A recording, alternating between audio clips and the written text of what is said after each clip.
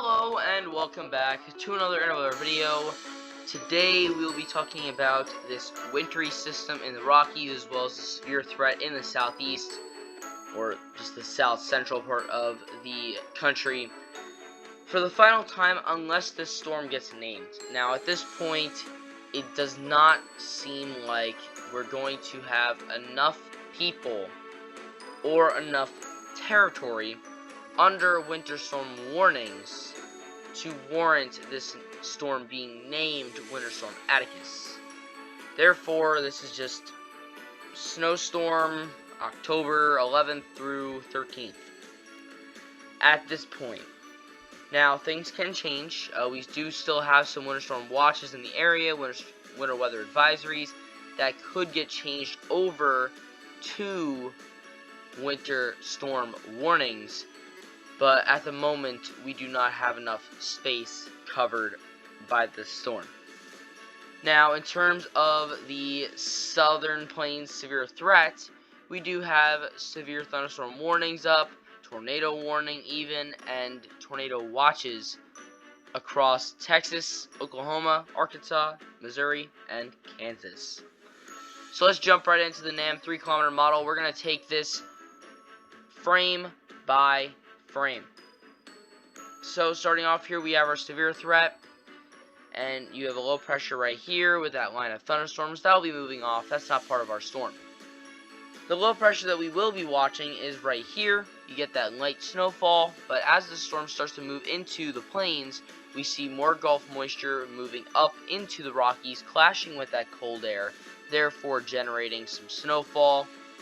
And we're seeing that snowfall generate over certain areas, and it kind of just stalls out a little bit. That low pressure isn't moving much as it tries to make its way through the Rockies, but eventually it does cross over the Rockies, and we start to see a little bit more consistent snowfall across the region. Now, the low pressure is at 994 millibars, and this is varying at this point, but it does drop a little bit, showing some increase in intensity. Now we see most of our snow is right in here in Montana, Wyoming, and those are where the highest snow totals will be. And now we start to see our main severe threat with this storm system start to spark up as that Gulf moisture is drawn in, that cold air is flowing in from Canada and the Rockies. Those two clash, the warm air rises over the cold air, and you get thunderstorms. So this is why we see many of these spring and fall wintry systems have severe weather aspects to them, because the ingredients are all there. The same ingredients that produce snow produce severe thunderstorms, which is pretty odd.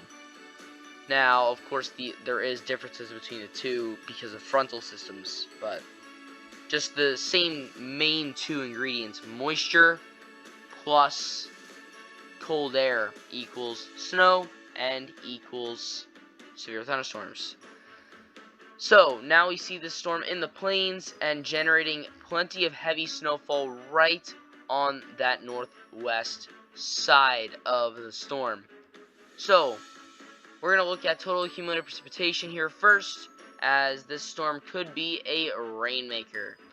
And you can see here that the snow to liquid ratio in this storm is probably very low, as we have plenty of moisture being dropped over the areas that will be receiving most of the snowfall.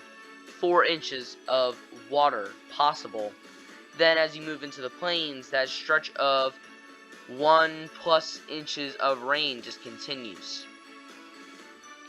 Moving on next to the wintry weather, and we have our Kuchera ratio, which is basically just a balanced ratio of what the most reasonable snow totals will be.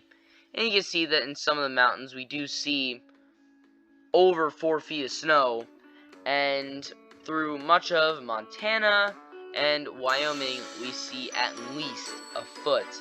The problem is that this is a very sparsely populated area of the United States, therefore we won't meet that requirement, and this storm isn't huge, so it won't meet the other possible criteria of scale in terms of land area. At least I don't believe so at this moment.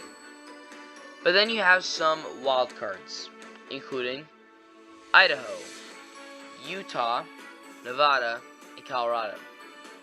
All of these areas have either winter weather advisories or winter storm warning or winter storm watches posted. You can see, well, not Colorado yet because we have to wait a little bit for that, but we do have winter storm watches in Utah. We have winter weather advisories in Idaho and Nevada, and probably soon to come in Colorado. If those areas do play a role, we could see this storm get named. But at the moment, those areas aren't playing a role in this storm in terms of winter storm warnings, therefore the storm doesn't get named, which is basically the thought process at the moment. Finally, we're going to talk about severe weather, and we're going to go to our mixed layer cape. And this is basically just the energy that is available to produce thunderstorms, and the higher the amount of energy, basically the more likely you are to have severe thunderstorms. So right now we have that current risk where we have plenty of energy. We're in those reds and purples.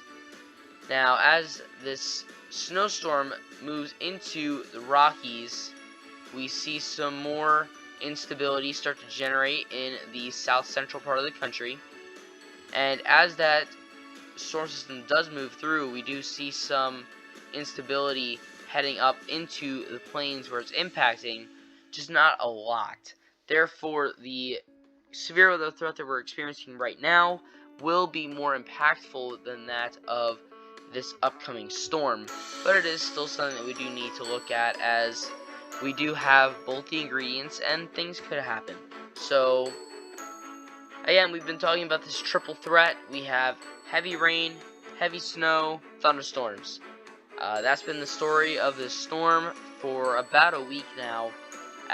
At this point, it's certain that there's going to be some major impacts of the storm. Just those impacts don't cover enough land area or population for the Weather Channel to name a winter storm. So that is possibly my last update on this storm. I think that is all that is needed to know at this moment, unless things do change in the next 24 hours.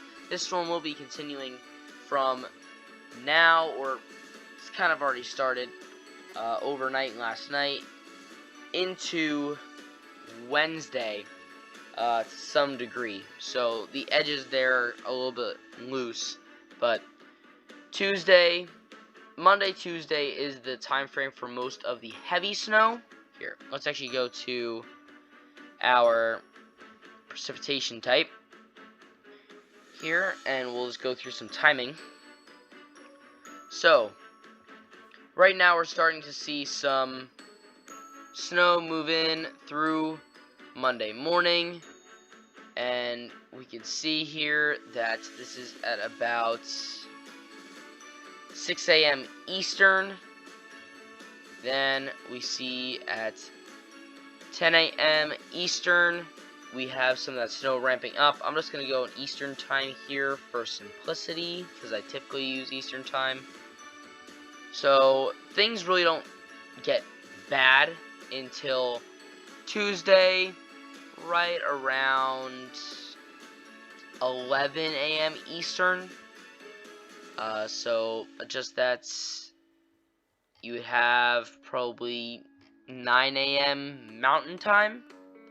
If I'm doing my math correct, is probably when things get to the point where they're going to get worse. Then, probably the worst of the storm is when the storm starts to bring in that Gulf moisture and really start to churn a lot of that moisture into the cold air. And that is Wednesday, 6 a.m. Eastern, which is 4 a.m. Mountain Time. And at that point, you're just going to see things start to gradually shift north and east into Canada. So that is all I have on the storm. That's the timing, the impacts, the intensity, all of that. And this is just an in-depth look at the October 10th through 13th wintry storm. But that is all I have for today. If you guys enjoyed this video, consider leaving a like, subscribing, and hitting the bell. And I'll see you guys next time.